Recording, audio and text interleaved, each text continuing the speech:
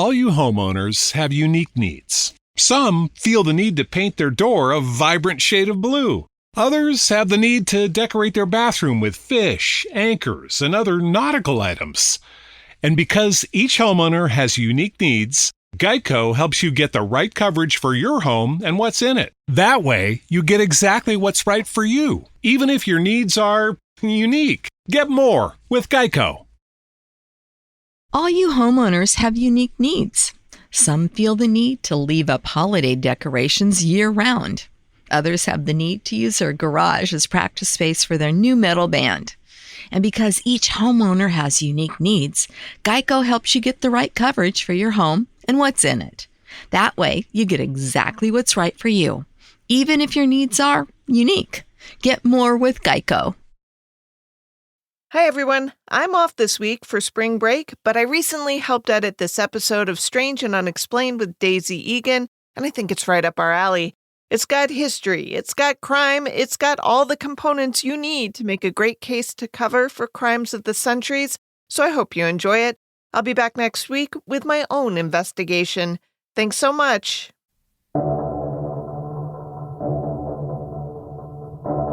How far would you go to stand up for what's right? Would you risk your career, your reputation, your life? Welcome to Strange and Unexplained with me, Daisy Eagan. I'm not a big pro-military kind of person. I know there are myriad reasons people join, but if the reasoning is the nebulous idea of patriotism, we're probably not going to be on the same page. To be clear, that doesn't mean I don't support the troops. I just prefer not to support the system the troops are trooping for, if you know what I mean. But I am really into redemption arcs.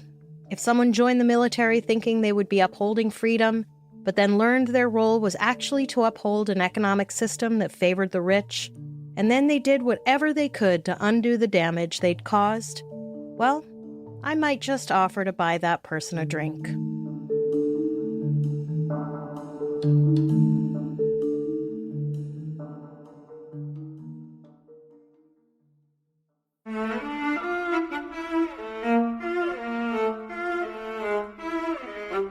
Smedley Darlington Butler.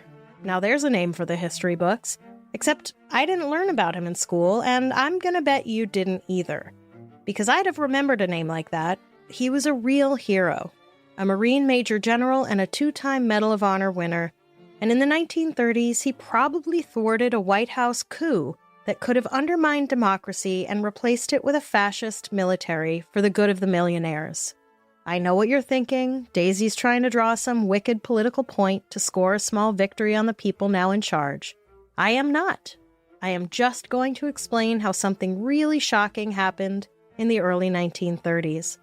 Something that nobody told me about, and something for which nobody got punished.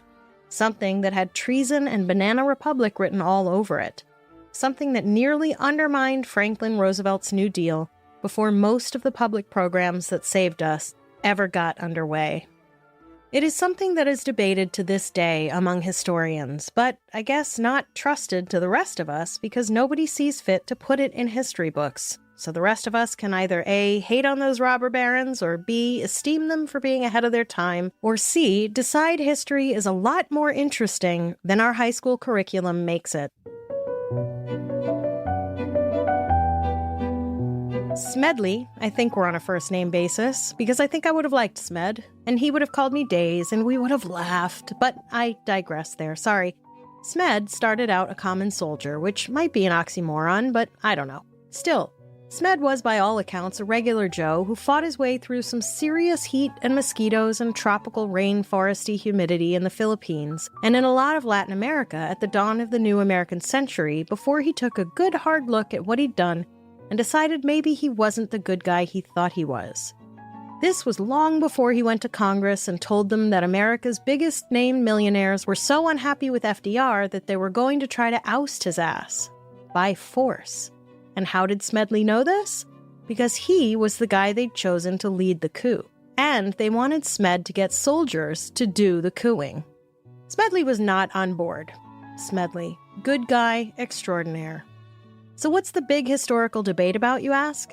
Some of those who've read the record say they aren't so sure that Smed wasn't exaggerating a little.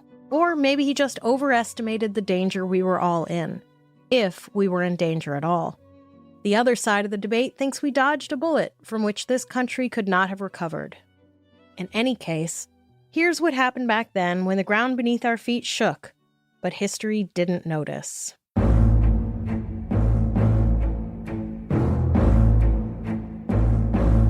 At the time of Smed's death, he was the most decorated Marine in U.S. military history, which is saying something, especially if you know that he was born a Quaker, a religion that has opposed war since its inception in 1660.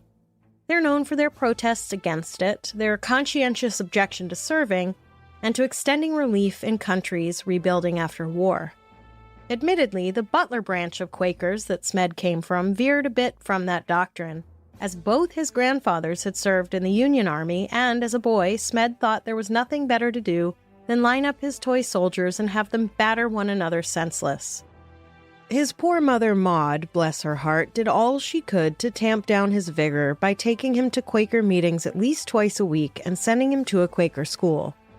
Smed's dad wasn't upset, though, when 12-year-old Smed joined a boys' club that was some kind of pre-military training ground where young men learned discipline, adherence to authority, how to march, and how to handle armaments. Plus, they got to wear spiffy uniforms with shiny buttons and stuff.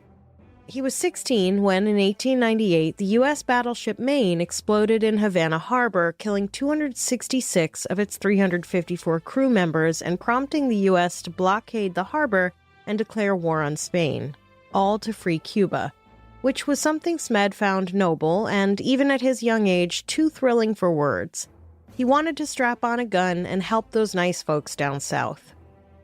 His parents relented, and off he went to be a full-fledged Marine, a boy who passed the lieutenant's exam with flying colors and was on the ground at Guantanamo before he was 17. His new best friend there was another young officer named John A. Lejeune. You might recognize that name as being the same as the Marine Corps base camp in North Carolina, an amphibious assault training facility named for him after he'd served as the commandant of the Marine Corps throughout the 1920s.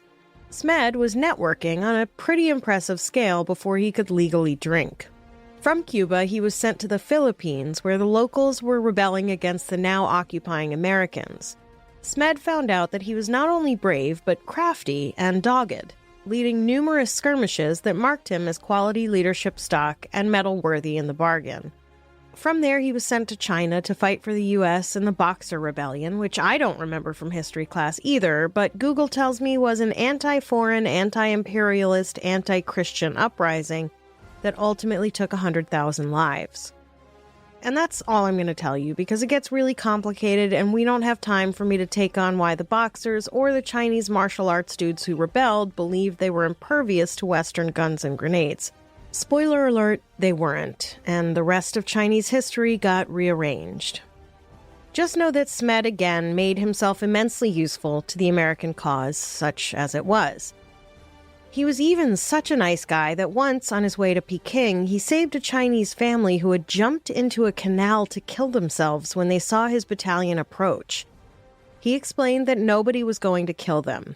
They decided he'd saved them, and he was now their guardian for life. He declined their invitation and kept moving. That little rebellion was put down, and he went home with typhoid fever, only to recoup enough to be sent to lead troops to Panama, then Nicaragua, then Honduras, the Dominican Republic, and back to Panama. He dug ditches, captured and recaptured trains, fought in mud again amidst all those mosquitoes, and generally put himself in front when his troops attacked, and showed his loyalty repeatedly to whatever it was this country asked of him. He then shuttled off to Grenada, where he was temporarily made governor until elections could be held. His first act was to release all military prisoners and make sure all the property and cash taken from the beleaguered citizenry was returned to them. For that, he was hailed as a liberator. Truth was, in each of those Latin countries, Smed did as he was told, and beautifully. He was sick a lot of the time with tropical fever, but that didn't stop our fearless young buck from hoisting the American flag and saluting the Marines he loved so much. Then President Howard Taft ordered an election in Nicaragua that even Smed knew was rigged. His job was to make sure it happened without disruption. He did the job, only to be sent to Mexico to covertly spy on that country's military operations while Woodrow Wilson was president. Then Smed was sent back into Mexico armed with their military intelligence he'd previously smuggled out to fight them on the ground in Veracruz. That went so well, Smed earned a Medal of Honor, which he refused to accept because, he said, quote, "I've no more courage than the next man," end quote. My guy, the scream that you would hear me emit if I saw a cockroach would quickly dispel you of this notion. You were more courageous than most.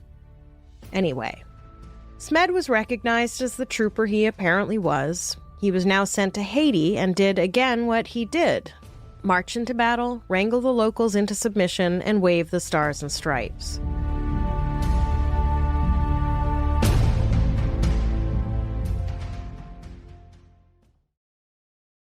All you homeowners have unique needs. Some feel the need to paint their door a vibrant shade of blue. Others have the need to decorate their bathroom with fish, anchors, and other nautical items. And because each homeowner has unique needs, Geico helps you get the right coverage for your home and what's in it. That way, you get exactly what's right for you, even if your needs are unique. Get more with Geico.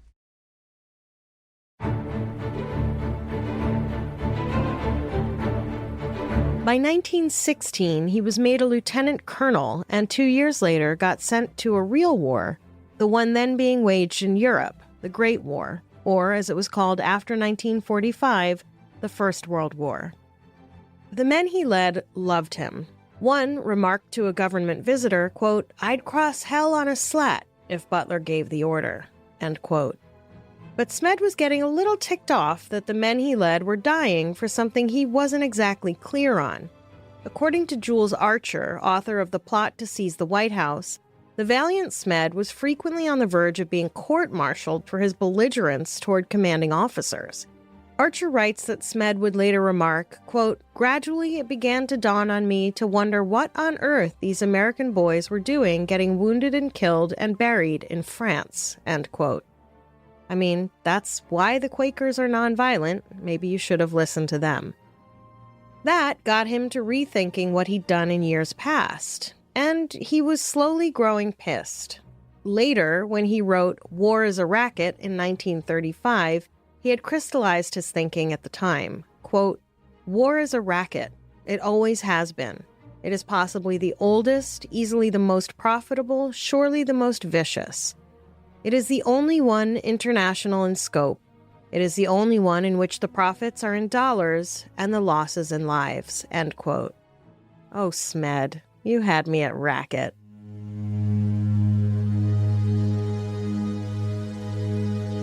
By then, he'd seen what he'd done and what it cost him and those he'd urged forward to their imminent destruction. But I'm getting ahead of myself. It's 1920 now, and veterans had returned home to find the services offered them woefully lacking. A few took to writing their old commander to ask for his intercession with hospitals and the government as to their care. He weighed in on individual cases, and he started to get attention. The nation, he insisted now, wasn't paying adequate attention to the needs of those who had fought for them, and in their name, in horrible places doing hard things and being injured or killed in the process. Veterans groups found their way to his door. He only joined the American Legion because old pal John Lejeune, freshly put in charge of the Marine Corps, asked him to. He personally thought it was too political an organization and too influenced by big business types who saw the veterans as something they could exploit. Smed was getting to be quite the radical now. Politics kept rearing its ugly head. In 1923, Smed was asked to become the top cop in Philadelphia, his home state, by the governor. It seems the city was being torn apart by Prohibition's ugliness. It was home to more than 8,000 places where you could buy illicit booze. With crime lords in cahoots with police, it was a town full of speakeasies, sex workers, gunplay, gambling, and robberies. Smed said no at first, then agreed. First week on the job, he shut down almost 1,000 spots where Philadelphians went to drink and gamble. He was employing tactics others would later call a militarization of the police. But Smed simultaneously made the businessmen in town mad by succeeding a little too well, and he left that job mad again that nothing was as he thought it was.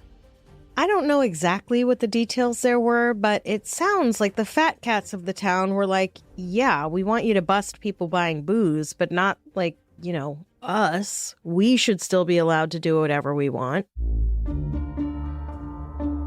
When he was sent to China again, this time to rein in Chinese warlords, it dawned on Smed that he wondered if it was right for the U.S. to interfere in internal Chinese domestic issues, like we had in Latin America. But the Chinese loved him for his efforts, even awarded him the Yangtze Medal. The Navy followed with its own accolades for his peacemaking achievements. And then the stock market crashed in October 1929. 2 months later, there was talk of the Senate investigating the use of Marines to intervene in Latin American internal affairs. And Smed, my new homeboy, started talking.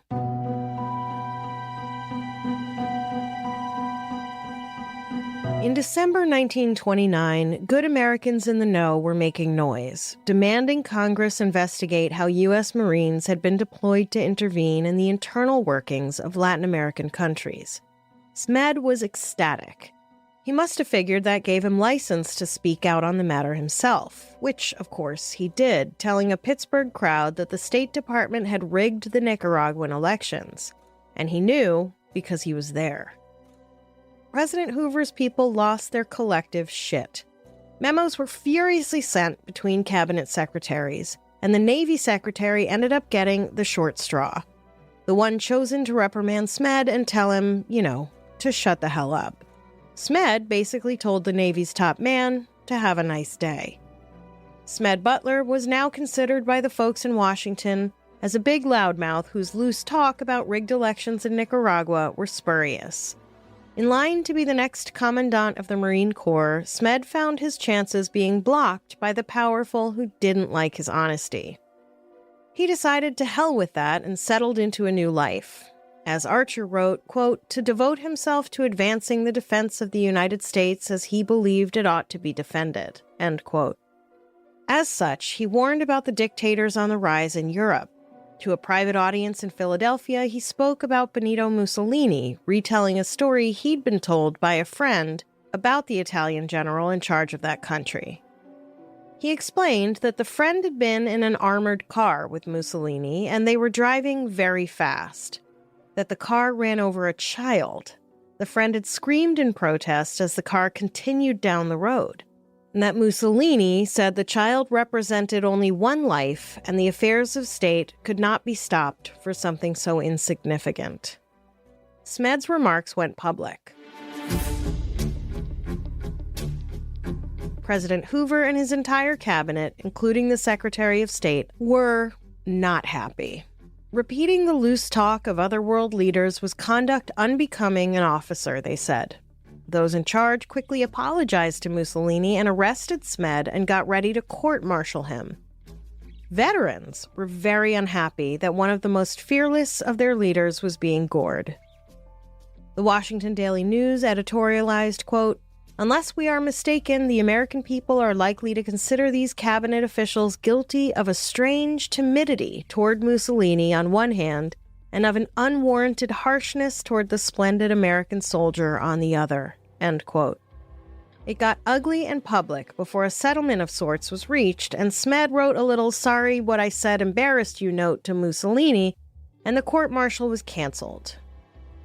Smed would only stipulate that he was sorry he'd caused embarrassment to his government.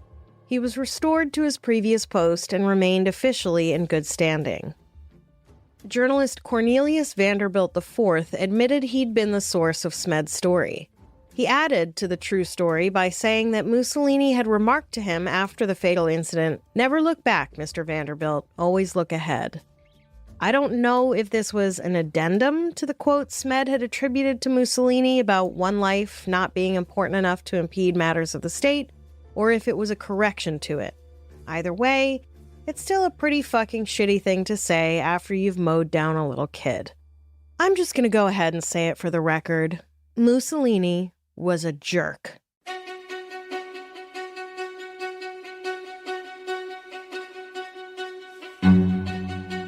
By 1931, Smed was finally done with the military, but knew he needed some source of income.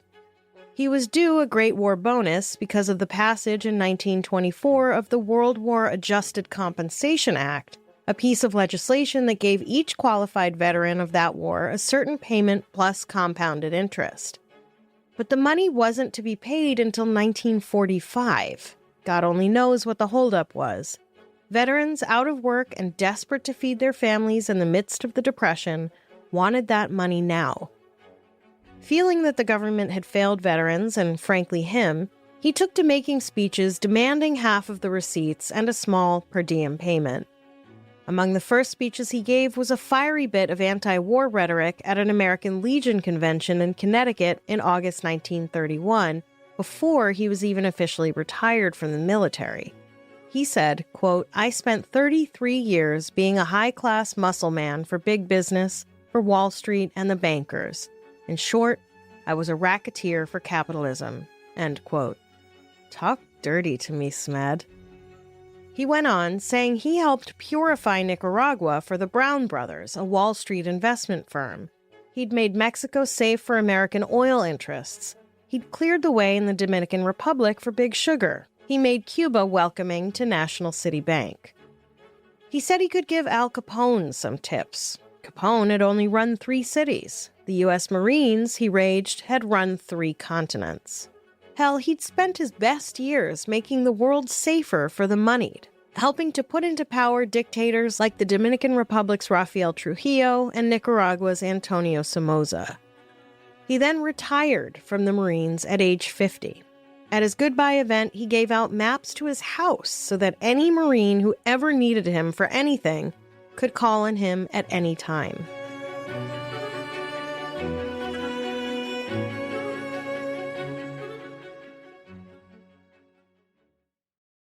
All you homeowners have unique needs. Some feel the need to paint their door a vibrant shade of blue. Others have the need to decorate their bathroom with fish, anchors, and other nautical items. And because each homeowner has unique needs, Geico helps you get the right coverage for your home and what's in it. That way, you get exactly what's right for you, even if your needs are unique. Get more with Geico.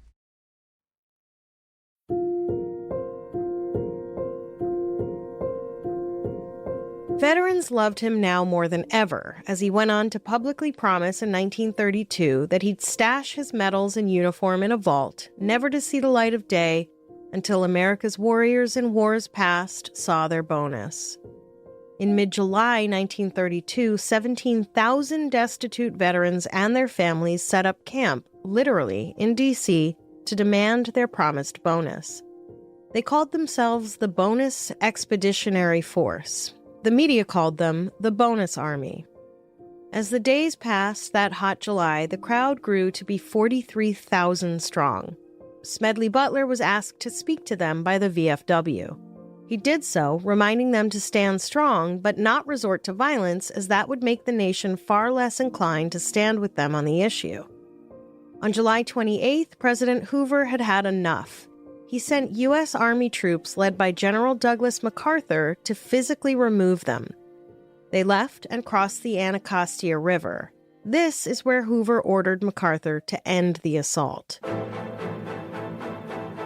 MacArthur was not always great at taking orders. He was supposed to stop when he got to the river, but he pursued those fleeing using tear gas, tanks, bayonets, and fire, burning the encampment's shelter to cinder. At least 1 vet was killed, though some accounts put that tally at 2. 55 were injured, and 135 were arrested before it was over. And just in case you've lost the plot here, the government was attacking their own soldiers who were demanding to be paid for their service to their country. Got it? Okay. The media reaction was mixed. Some hailed Hoover's actions, others found it repugnant and unprecedented. Smed, a lifelong Republican, began campaigning for FDR, or more precisely, against Herbert Hoover, saying, quote, "Nobody has any business occupying the White House who doesn't love his own people," end quote. FDR, of course, won. A little more than 2 weeks before Roosevelt was to be inaugurated for the first time, Giuseppe Zangara, a teeny-tiny 5-foot-tall Italian immigrant and naturalized U.S. citizen, stood on a bench about 25 feet from the president-elect during a brief stop in Miami. He fired 5 shots in FDR's direction. Zangara was unsuccessful because a woman named Lillian Cross, who was standing on the bench beside him, managed to grab and twist his shooting arm so that he misfired. The shots killed the mayor of Chicago and injured 4 bystanders. It was determined that Zangara was likely mentally ill.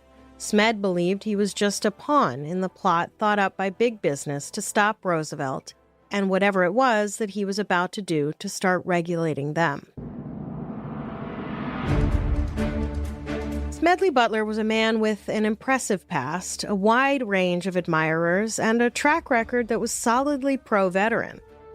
He was not at all surprised when, in July 1933, an American Legion official he'd met called him to say that 2 guys were coming over to chat.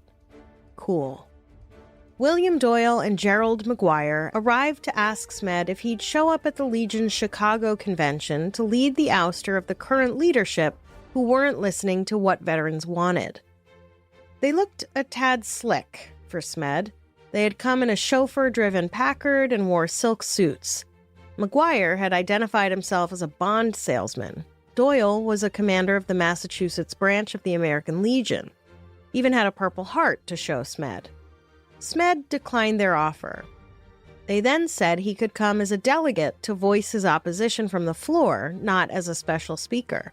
He could, be a delegate. From Hawaii. Huh? Hawaii? He was not from Hawaii. Smed declined that weird idea, only to have the twosome appear a month later with a new plan. They told Smed he could come to the convention on a special train with a few hundred Legionnaires on board to insist he be given the floor. Smed, wondering what the fuck these guys were doing, asked what he was supposed to say to the Legionnaires. They left him with a script and told him to round up a few of his own Legionnaire buddies to come along.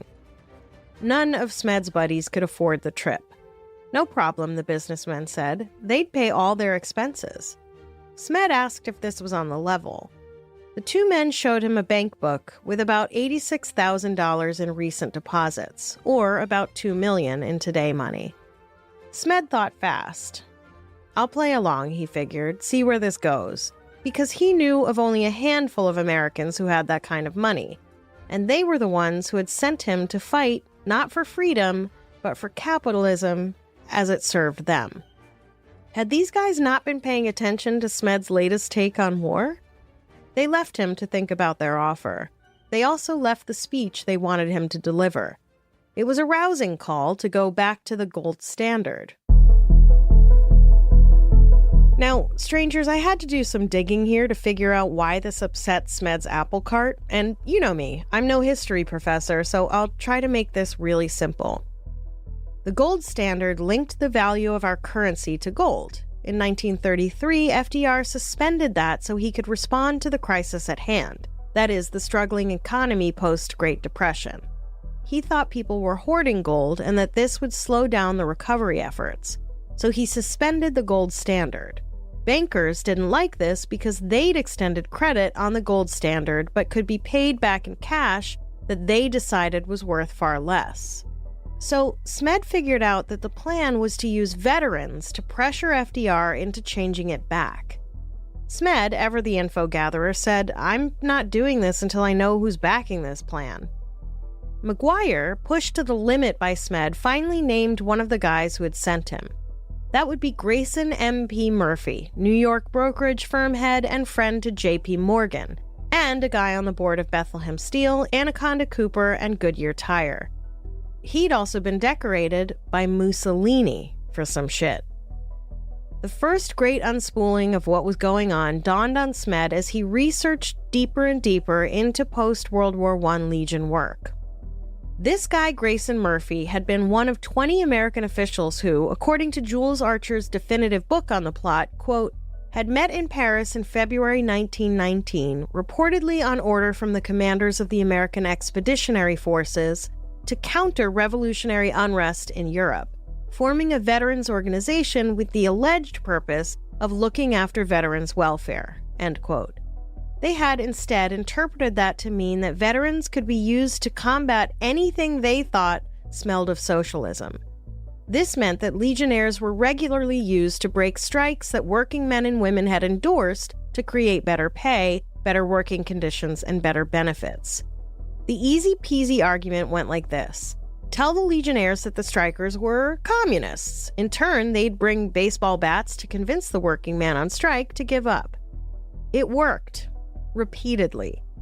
Archer quotes the American Civil Liberties Union, quote, of the forces most actively attacking civil rights, the American Legion led the field, end quote. Meanwhile, back at Smed's house, throughout the late summer and early fall of 1933, McGuire pushed the general to give the speech to the Legionnaires. An angry Smed told him it was a big business speech that had nothing to do with the vets. No, McGuire insisted, it was an insistence that veterans not be paid their bonus in less than gold standard cash. Smed wanted to talk to one of the bigger fish. And then, Robert Sterling Clark, heir to the Singer sewing machine fortune and noted art collector, showed up when McGuire could not attend another get-together. An impatient Clark decided to put his cards on the table. He was, himself, worth $30 million. He said he was worried about FDR, and he was willing to spend half his fortune to save the other half. Smed, after recovering from the shock, said he would not allow America's veterans to undermine democracy. Their job was to defend it, he railed. Clark called McGuire to report what Smed had said. Smed figured he'd heard the last of those jerks. Smed went on the offensive, calling out those who had profited by war, naming, among others, Bethlehem Steel for making 10 times its usual profit during the war years. His speeches angered the American Legion brass, but delighted its members who agreed with him. He was also busy hammering Congress about the bonus the vets were due. His argument, if you can give $20 million to save banks, you can give $20 million to save those who fought so you could have a bank. Then, in 1934, Gerald McGuire got back in touch with Smedley Butler. He boldly told Smed that he liked what was happening in France.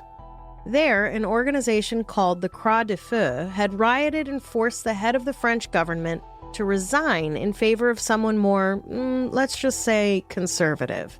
He then asked Smed, according to Archer, quote, to agree to lead a fascist coup to capture the White House.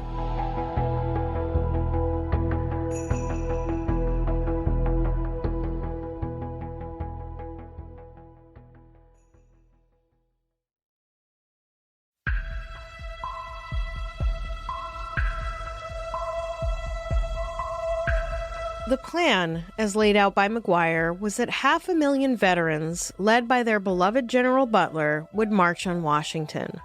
America's richest men and the corporations they ran were in full agreement on this, he said. Think the DuPonts and the Morgans. According to Jonathan Katz, author of Gangsters of Capitalism, Smedley Butler, the Marines, and the Making and Breaking of America's Empire, Smed's little band of brothers would, quote, pressure the president to appoint a new Secretary of State or Secretary of General Affairs who would take on the executive powers of government. If Roosevelt went along, he would be allowed to remain as a figurehead, like the King of Italy. Otherwise, he would be forced to resign, placing the new super secretary in the White House, end quote. Smed decided it was time to call a halt to this shit. Because, as Katz put it, quote, Butler knew another thing that most Americans didn't. How much they would suffer if anyone did to their democracy what he had done to so many others across the globe, end quote. Remember the rigged elections in Nicaragua? Smedley sure did. On November 20th, 1934, this headline ran in the New York Post, quote, General Butler accuses New York brokers of plotting dictatorship in U.S. $3 million bid for fascist army bared.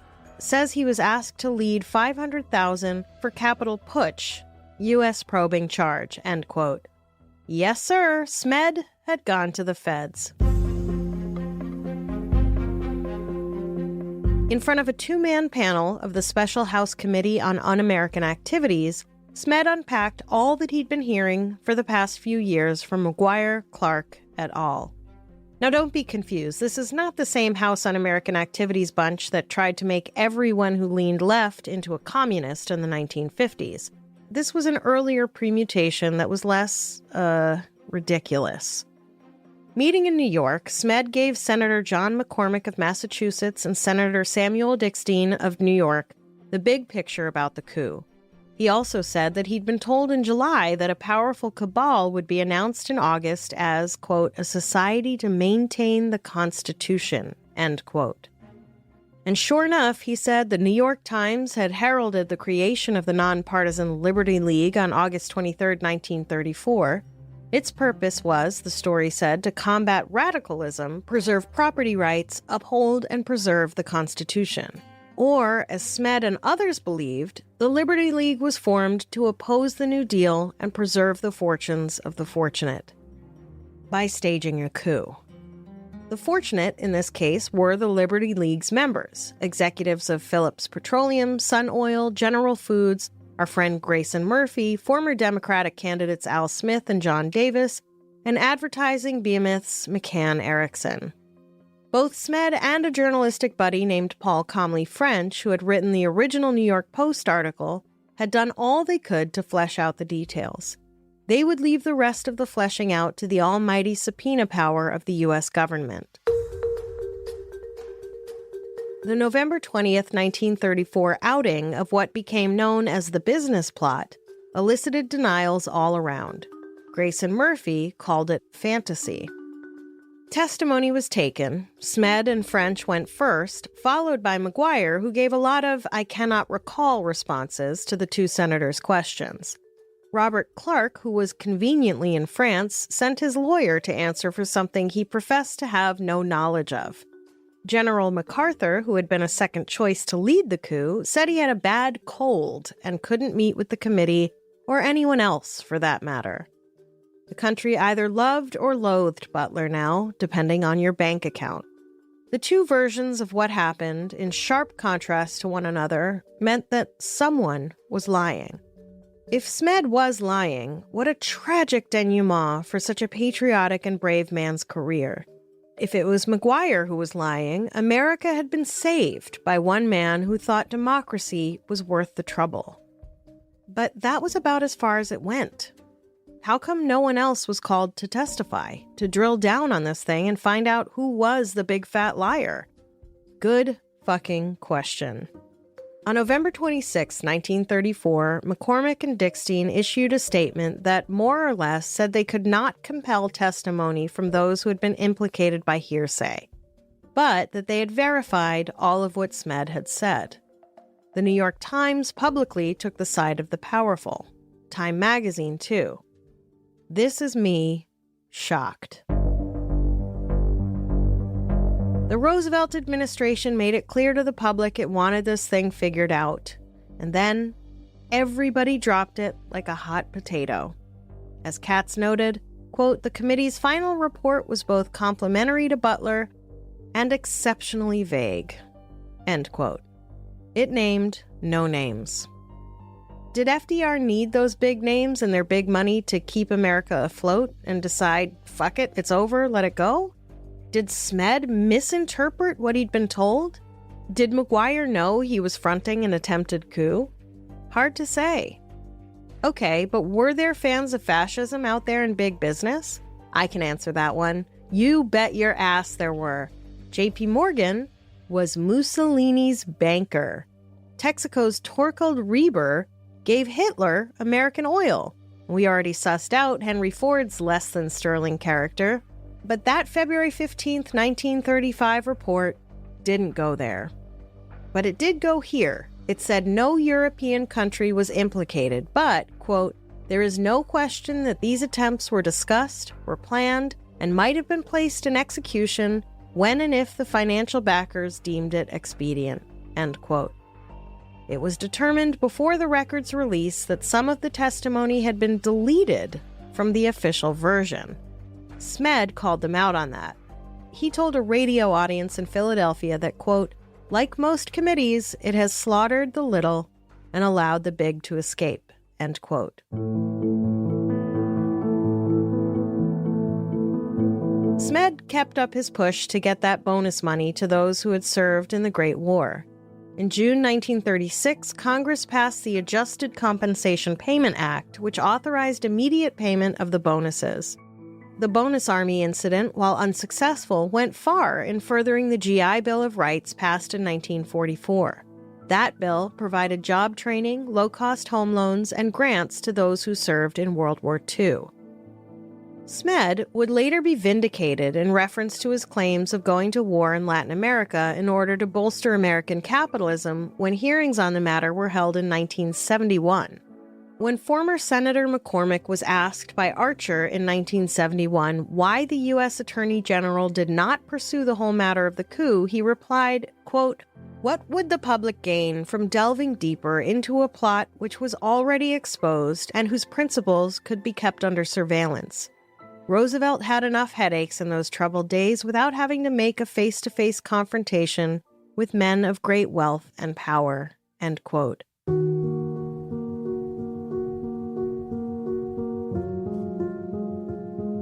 So the worst of America was forced to yield to the best of America as FDR established programs to aid the unemployed and installed oversights on banks and financial institutions and on communication and labor.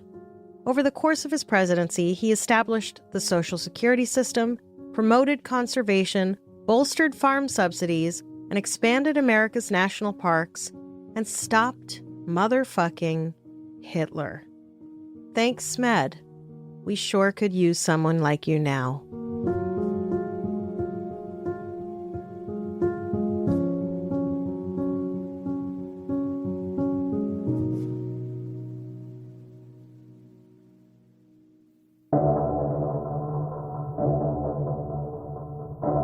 Next time on Strange and Unexplained.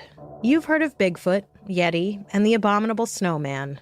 But unless you're from Australia, you've likely never heard of the beast of many names, the Yowie. Strange and Unexplained is a production of Three Goose Entertainment with help from Grab Bag Collab.